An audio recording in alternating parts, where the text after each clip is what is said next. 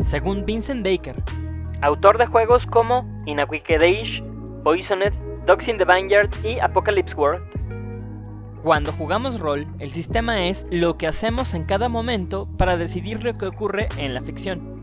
Es decir, los medios a través de los cuales el grupo de personas que estamos jugando decide qué es lo que sucede como consecuencia de las decisiones y los eventos imaginarios acontecidos durante el juego. A esto se le conoce como el principio Lompley. Y tú me podrás decir: claro, pero para eso son las reglas que vienen en el manual del juego, ¿no? Y yo tendría que contestarte: así es, pero no solo se limita a esto. Esto es, durante una sesión habrá momentos en que sea muy claro qué regla, mecánica o procedimiento deberíamos seguir. El texto del juego te lo dice explícita y objetivamente. En X situación tienes que tirar tal dado, agregar tal modificador, comparar con el valor de tal habilidad, superar tal dificultad. La cuestión es que habrá otros momentos en donde lo que suceda en la ficción va a depender más de la negociación que se haga entre los jugadores. Alguien, por lo general el director del juego, va a decidir ciertas situaciones de acuerdo a interpretaciones y criterios personales. A veces basándose en cuestiones como el realismo, lo que sería matemáticamente más justo, a veces de acuerdo a lo que sea más adecuado para la narrativa, a veces según la experiencia y los acuerdos explícitos o implícitos de ese grupo en particular, a veces incluso viéndose afectado por la dinámica social que hay entre los jugadores, que no necesariamente entre los personajes. Es por eso que incluso si dos grupos diferentes usaran el mismo manual y por tanto las mismas reglas escritas, en la práctica su manera de jugar no va a ser exactamente igual.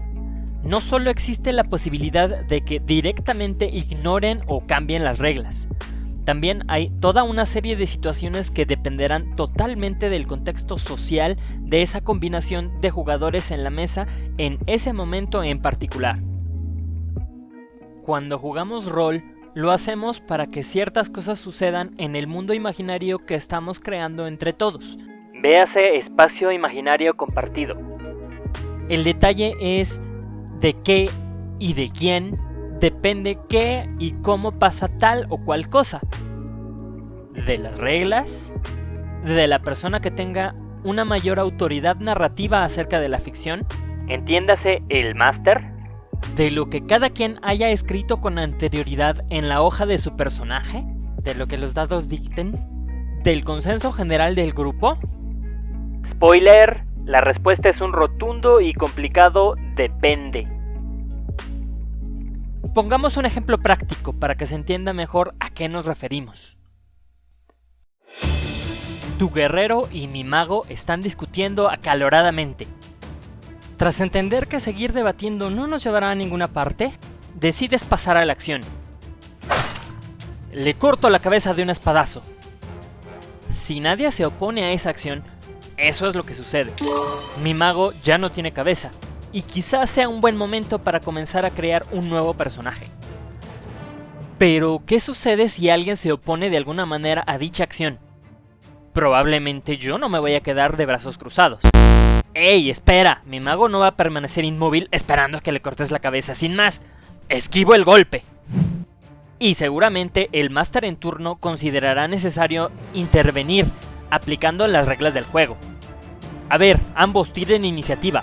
El guerrero tirará su ataque usando fuerza y el mago tirará sus reflejos usando destreza. Hasta aquí todo resulta obvio y según las reglas del manual, ¿no? Pero en realidad no necesariamente. Diferentes grupos van a tener diferentes interpretaciones de las mismas reglas. Porque probablemente a nivel narrativo y lúdico, para casi todos, ese fin para mi personaje va a resultar demasiado anticlimático, forzado e injusto.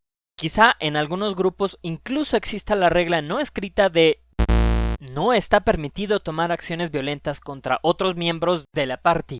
O yo podría intentar persuadir al máster de evitar la situación completamente, convenciéndolo de permitirme algo al estilo. Sabía que algo así podía pasar, y me preparé anticipadamente. Realicé un hechizo de ilusión para que el guerrero creyera que estaba a su lado, y en realidad me encontraba a 1 metro de distancia. Por supuesto, habrá grupos donde eso directamente no esté permitido, porque si no lo anunciaste anticipadamente, no sucede. Claro que, si a esas vamos, se le podría replicar al guerrero que tú tampoco habías anunciado que previamente tenías desenfundada la espada, así que gastas tu primera acción sacando la espada de su vaina, dándole tiempo a mi mago de resguardarse detrás del paladín del grupo. Y ya ni hablemos de mecánicas mucho más detalladas y profundas, como definir un collet shoot al cuello, o calcular cuántos puntos de daño tendrías que hacerme para matar a mi personaje, y que por tanto tenga sentido que le cortes la cabeza. O consideremos el peor de los casos, donde yo le caiga mal al máster por haberme comido la última rebanada de pizza, provocando que decida que es una buena oportunidad de librarse de una vez por todas de ese molesto mago que en cualquier combate acaba asesinando a todos sus pobres monstruos antes de que puedan actuar efectivamente según sus planes. Y como el saber general es que el máster siempre tiene la razón, en fin, al final de la historia, y esto es especialmente interesante, diferentes juegos encaran todo este tipo de situaciones de maneras totalmente diferentes. Hay manuales que se enfocan en presentar las reglas mecánicas de manera objetiva, fría, balanceada y estandarizada. Hay otros juegos en donde se le da mucho más peso a la narrativa y al criterio subjetivo de la persona o personas cuya autoridad sea mayor en lo relevante a la coherencia y el desarrollo de la ficción descrita. Pero también hay otros juegos que se concentran más en dar a los jugadores las herramientas y procedimientos para encarar esas negociaciones que mencionábamos anteriormente, de una manera mucho más explícita y ordenada. Incluso podemos encontrar algunos casos donde a esto directamente se le llegan a dar relevancia mecánica y recompensas lúdicas, para que al final sirva de motivador para mejorar la experiencia de todos, en lugar de ser únicamente otro obstáculo más a sortear, dependiendo totalmente del criterio, la experiencia y habilidad de alguna persona en particular. ¿Qué juegos son mejores? Una vez más, la respuesta es depende. ¿Mejores para qué? O más correctamente, ¿para quién? Porque habrá situaciones en donde un juego en especial se adapte mucho mejor a un contexto en particular. Llámese estilo de juego, género narrativo, setting de campaña, grupo de jugadores o incluso combinación específica de jugadores dentro de un mismo grupo social. Pero es que yo conozco un máster que puede usar X juego para todo, me podrías decir. Y yo te contestaré, claro, pero eso no quiere decir que ese manual de juego sea el mejor para todo.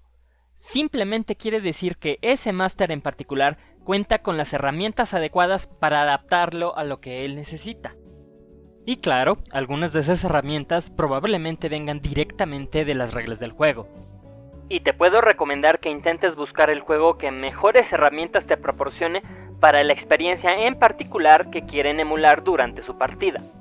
Pero también hay que tomar en cuenta todos esos recursos, conocimientos, experiencia y herramientas lúdicas, narrativas e interpersonales que ese buen máster traiga a la mesa desde fuera.